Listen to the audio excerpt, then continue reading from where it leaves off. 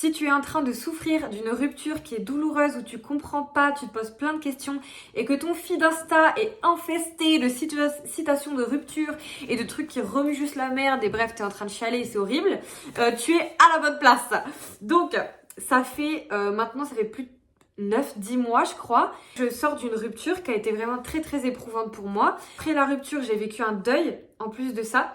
Et je me suis dit, il est temps pour moi, parce que je vais mieux, de transmettre ce qui m'a aidé à me sortir de cette rupture, à retrouver de la joie de vivre, à m'entourer, à changer ma perception par rapport à mon ex. Plein de choses. Déjà rien que dire le mot ex, je sais que là si tu viens de te séparer, genre ça fait une semaine à 3-4 mois, peut-être que même le mot ex tu peux pas le prononcer. Moi ça a été très dur pour moi, franchement j'avais vraiment du mal.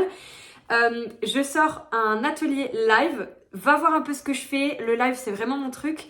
On se fait un atelier live de 2 à 3 heures le 9 avril, dimanche 9 avril à 9h30. Oui, tu vas te lever le dimanche, ok. Et dedans, je vais te partager tout ce qui m'a aidé à surmonter ma rupture. Et pas que mon expérience personnelle, mais vraiment mes outils aussi de coach. Parce que du coup, je suis sophro-coach. Ça fait 4 ans que j'accompagne des hypersensibles, TDAH, etc. Et j'ai une spécialisation sur les profils qui sont évitants anxieux. On ne va pas mettre les gens dans des cases, c'est vraiment pas l'idée. Mais si tu as été en couple avec une personne qui a tendance à fuir, ou c'est un peu difficile de communiquer, de s'ouvrir, et que toi au contraire, tu es en mode tu colles, enfin bref, voilà.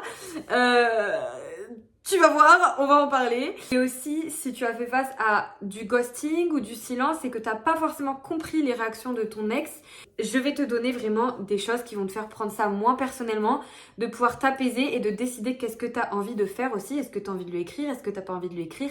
Et comment reprendre ta vie en main, parce que vraiment, je sais que dans cette période-là, on n'arrive pas à penser qu'à soi. On fait que penser en boucle à son ex.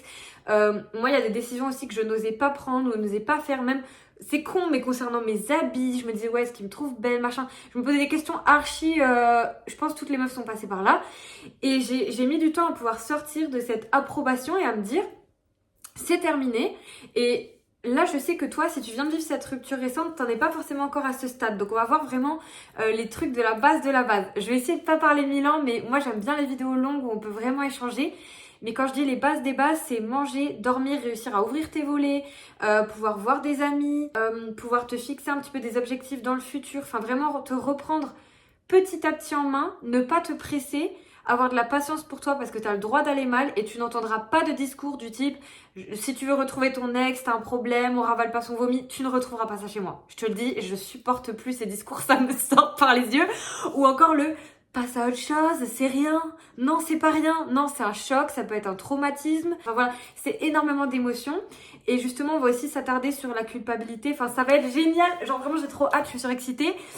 Si tu veux réserver, si tu veux les infos, envoie-moi un DM, tu m'envoies rupture, je t'envoie toutes les infos. Et sinon, si le lien est sorti, de toute façon, tu le retrouveras dans ma bio. Voilà, j'essaye d'arrêter de parler, sinon ça va durer 2 heures. Et je te dis à très vite.